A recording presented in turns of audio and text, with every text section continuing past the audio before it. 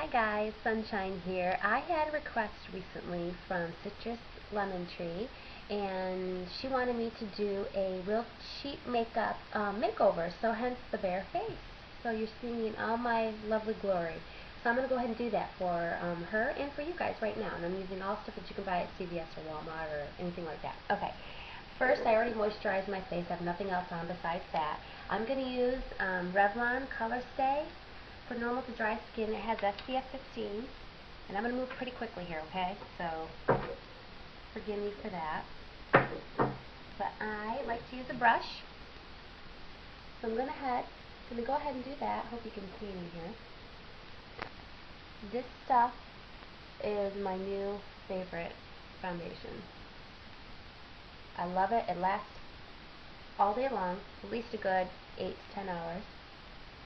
You can use your fingers, you can use a professional sponge, you can use a brush like I am, but whatever you do, start at the middle of your face and work your way out. And a little more. If you do use a brush, or even if you use a sponge, make sure that your last stroke is always down. Because skin, we have all those little teeny hairs. You can't really see them until you don't lay them flat. And in certain lights, you'll kind of see behind you, and you see it looks like a little peach fuzz, and you don't want that. So go ahead and put your foundation on, and then, like I said, just make sure the last stroke is down, okay? So that's that. And I got some boo-boos. So what I love to use, I just found this product and I love it, is, I want to say it's L'Oreal, the Infallible 16-hour anti-imperfection concealer. So I'm going to use this under the eye, outer corner of the eye, and inner as well. A little bit on my boo-boos. Now always do concealer after foundation, okay? There's no sense doing concealer first, because then, I mean, what's the point? You put your concealer on, and then you wipe around your foundation, you wipe off all the concealing that you did. So just use your finger or a brush or sponge. I like to use my finger for this. It's just the warmth of the skin moves it around a little bit more, blends it in better. Now around the eye area, make sure you're very gentle. Don't be as rough as I am right now. I'm just going real quick. And hopefully you'd have some sort of eye cream on before this, so there. It looks pretty darn good. Next I'm going to do bronzer. I use, and I had this in one of my other videos, the Rimmel London Natural Bronzer, and this one is in 027 Sundance. I think it's like $4. I got it at Walmart. Very cool looking. So I'm going to use a nice fluffy brush. All my brushes I'm using are Bobbi Brown's. So in one of my other videos, I told you guys how you can apply bronzer the best way. It's a circle and a T, okay? So first I'm going to do my circle. That's all the way around the outside of the face. And that's why I use a nice big fluffy brush so you don't get a lot of bronzer on, okay? And then here's the T. Got that? And again, this is really quick, but I want to show you a full face of makeup and something that you could do in like 5 minutes to get out the door, and this is what you can do.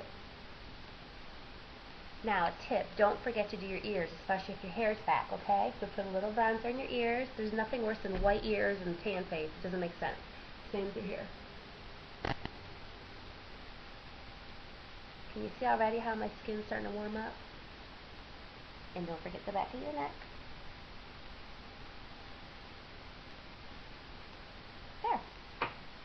Now we're going to do blush, and what I'm using today is Physicians Formula Mineral Wear. It's a mineral blush in Pink Glow. This stuff is awesome. Comes with its own brush. I don't like it. I'm going to use a Bare Essentials brush. It's an angled one. Oops. Kind of a peachy pink. Blow off the excess, and on your apples, there and back. Can you see that? Don't come in too far. Don't come in any farther than like your pupil in, okay? Keep it there and back.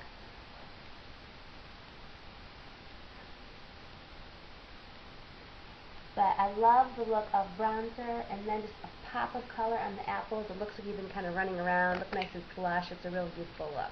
Have any extra on your brush, just go ahead and blend it up at the top and the bottom. Kind of tip of your nose brings it all together. So there's that. Next I'm going to do eyes. Now I'm not putting any primer or anything on like that. I usually do like a nice base coat of color, but I want to keep it quick and simple. So what I'm going to do is, Revlon has a new product out for the matte line. And this one, I don't have the name of it. It's pink though. I don't know if you can tell the color. But I'm going to go ahead and put that actually all over. Again, blow off the brush. I'm using Bobbi Brown's eyeshadow brush. And all over the lashes. Hope you can see this okay. Notice I'm tapping, I'm not wiping. That's how you get fallout. You tap until most of it's on your eye and then you wipe. That's the best way to do it, okay? And then just blend it up. All over, up to the brow bone.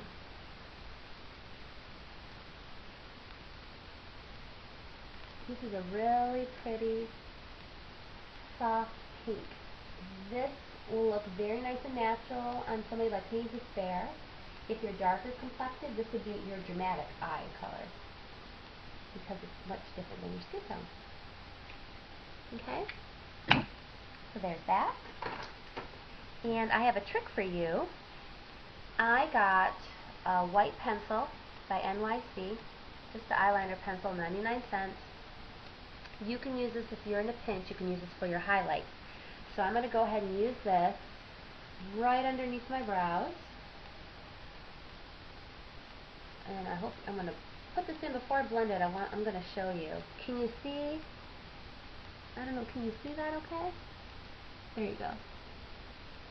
Put it on, then use your finger or a brush. Again, I like my finger, and blend it in. And it gives you the most perfect matte white highlight if you're in a pinch. See, look at that. Love it. Do the other side.